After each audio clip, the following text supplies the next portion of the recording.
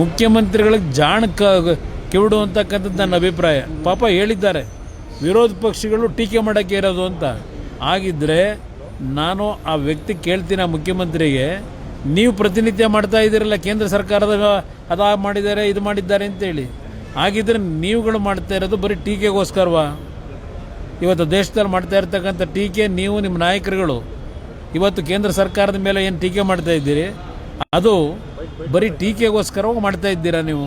ನಮ್ಮ ಮೇಲೆ ಆ ಒಂದು ರೀತಿಯ ನೀವು ಆರೋಪ ಏನಿದೆ, ಹಾಗಿದ್ರೆ ನೀವು ಮಾಡ್ತಿರೋ ಕೆಲಸ ಏನು ದೆಹಲಿಯಲ್ಲಿ? ಇಲ್ಲಿ ನಡೀತಿರ್ತಕ್ಕಂಥ ಸತ್ಯಾಂಶ ಏನಿದೆ, ದಾಖಲೆಗಳ ಸಮೇತ ಇಟ್ಟಿದ್ದೇವೆ. ನೀವು ಬರೀ ಪೊಳ್ಳು ಹೇಳಿಕೆಗಳು ಕೊಟ್ಕೊಂಡು ನಿಮ್ಮ ಇಷ್ಟ ಬಂದಾಗ ನಡೆಸ್ಕೊಂಡೇನು ಹೊರಟಿದ್ದೀರಿ? ದೇಶದ ಮಾನ ಮರ್ಯಾದೆ ಹಾಳು ಮಾಡ್ಲಿಕ್ಕೆ ಹೊರಟಿದ್ದೀರಿ. ಯಾರಿಗೆ ಜಾಗೃತಿ ಮೂಡಿಸ್ತಾವ್ರೆ? ಯಾರಿಗೆ ಜಾಗೃತಿ ಮೂಡಿಸಿದಾಗ ಮಧ್ಯಪ್ರದೇಶ ಮಾಡಿ ಎಲ್ಲಿದೆ ಜಾಗೃತಿ?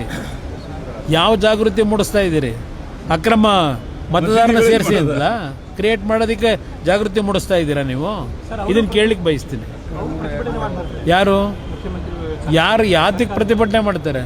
ಅಕ್ರಮ ಮತದಾರನ ಸೇರಿಸ್ತಾ ಇಲ್ಲ ಅಂತ ಪ್ರತಿಭಟನೆ ಮಾಡ್ತಾರ? ಚುನಾವಣಾ ಆಯೋಗದ SIRನಲ್ಲಿ ದೋಷ ಇಲ್ಲ.